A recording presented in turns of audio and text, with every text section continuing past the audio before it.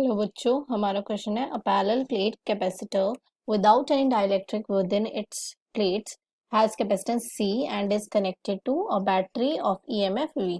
ठीक है, the battery is disconnected and the plates of capacitors are pulled apart until the separation between the plates is doubled. What is the work done by the agent pulling the plates apart in this process? Okay, तो हमें सबसे पहले एक plate of capacitor एक capacitor दिया है, तो parallel plate capacitor दिया और उसके अंदर कोई भी डाइलेक्ट्रिक नहीं है। ठीक है, और उसकी कैपेसिटेंस है C। ठीक है, तो कैपेसिटेंस सबसे पहले हम कैपेसिटेंस का फॉर्मूला लिख लेते हैं। Capacitance of a parallel plate capacitor, capacitance of a parallel plate capacitor, वो क्या होगी C and that is equal to epsilon naught A over D। इसमें जो A है that is area of each plate,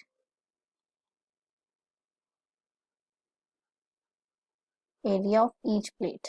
okay, and D क्या होता है? D is the distance between the plates, distance between plates. Okay, ये तो आ गया हमारा फॉर्मूला ऑफ कैपेसिटर। ठीक है, अब हमें इनिशियल एनर्जी कैसे वैल्यू निकालेंगे? इनिशियल एनर्जी का फॉर्मूला भी हमें पता है। Initial energy in capacitor and that is U I, लिख लेंगे हम इसको, U I equal to half CV square, इसको दे दो नंबर 1। ठीक है, अब देखो जब सेपरेशन क्या हो रही है सेकंड कंडीशन में कि डबल हो जा रही है, जब हमारे पास सेपरेशन डबल हो रही है उस टाइम पे कैपेसिटेंस क्या होगा? तो व्हेन द सेपरेशन डबल मतलब डिस्टेंस जो है उसका ट्वाइस हो जाएगा। ठीक है, D become two times of D। When the separation between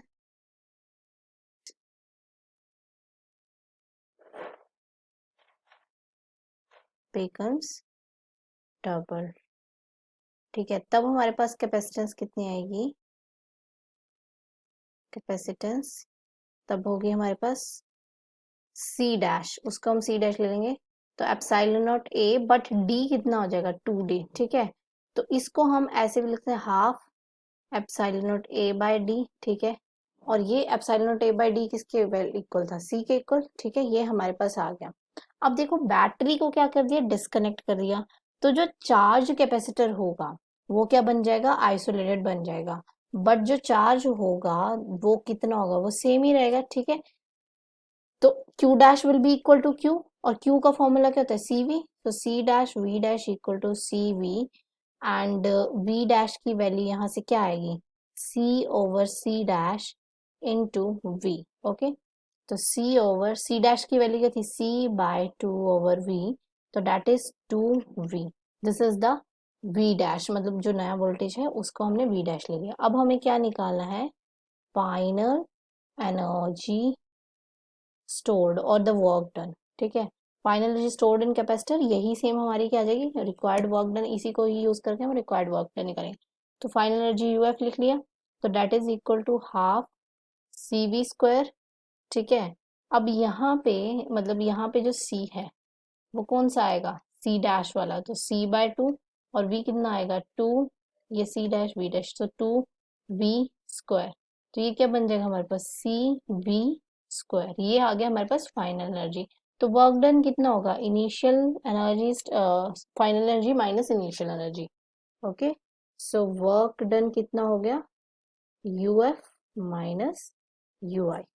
So CV square minus half CV square, and that is equal to half CV square. So this is the final answer. तो हमारा कौन सा option correct हुआ? Option A is correct answer. I hope you understand well. Thank you.